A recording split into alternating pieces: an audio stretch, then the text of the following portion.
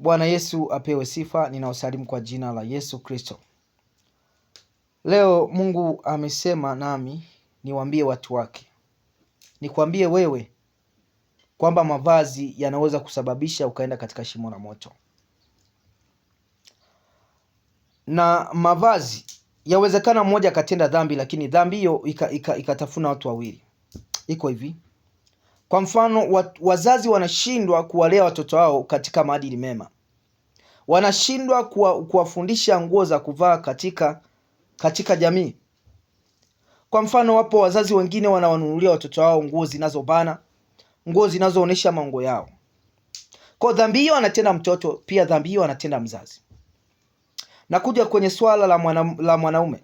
Mwanaume, yawezekana unamruhusu mke wako avae nguo fupi, avae nguo zinazobana. Kwa maana mwanaume ni kichwa cha familia. Unazo nguvu, unao uwezo wa kumwamrisha mwanamke akutii na akakutii. Wewe ni kichwa cha familia. Kwa mwanamke anapovaa nguo zinazobana, wewe hujamuonya, wewe hujamkanya, umetenda dhambi pamoja wewe na mke wako. Hiyo dhambi itakutafuna mpaka unaanguka katika shimo la moto. Mwanaume unayevaa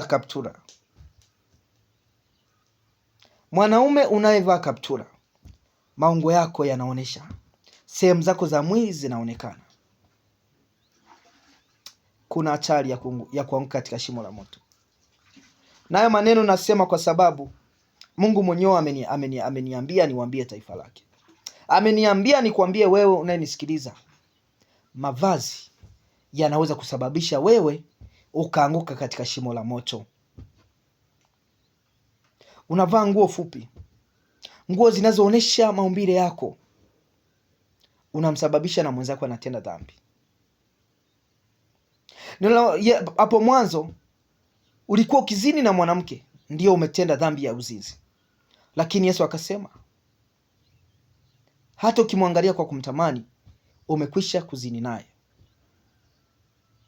Kwa watumishi wa Mungu mwenye tumaini la kwenda mbinguni, vaa nguo zinazoustiri mwili wako, sio nguo zinazoonyesha maungo yako.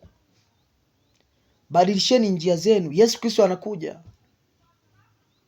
Mambo madogo madogo msiwazania kwamba ni dhambi ndio utakaowakosesha ufalme wa Mungu.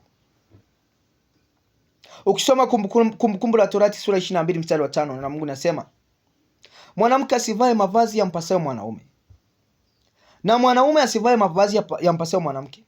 Lakini kuna wengine wanavaa nguo za kike, eti ni wasanii, eti wanaigiza. Sikia, kwa Mungu hautajitetea kwa sababu ulikuwa unatafuta fedha. Mali na fedha na dhahabu vyote ni vya Bwana, naye anawapa wale wampendao. Hakuna fedha inayotoka kwa Bwana inakuja kwa udanganyifu. Mungu ni Mungu wa wenye haki. Mavazi unayovaa, mama, baba, kaka, dada, mavazi unayovaa yanaweza kukuangusha katika shimo la moto. Ulianguka, bado una nafasi ya kutubu. Badilisha njia zako, Yesu Kristo anakuja. Tunaongea kama utani, lakini hiyo siku inafika utajuta, utasema kwa nini sikusikiliza. Kwa leo Mungu ameongea nami akasema niongee nanyi kuhusu swala la mavazi. Mavazi yanaweza kumsababisha mwanadamu akaanguka katika shimo la moto. Vijana, mnavaa nguo zinazobana muonekane kama mna misuli.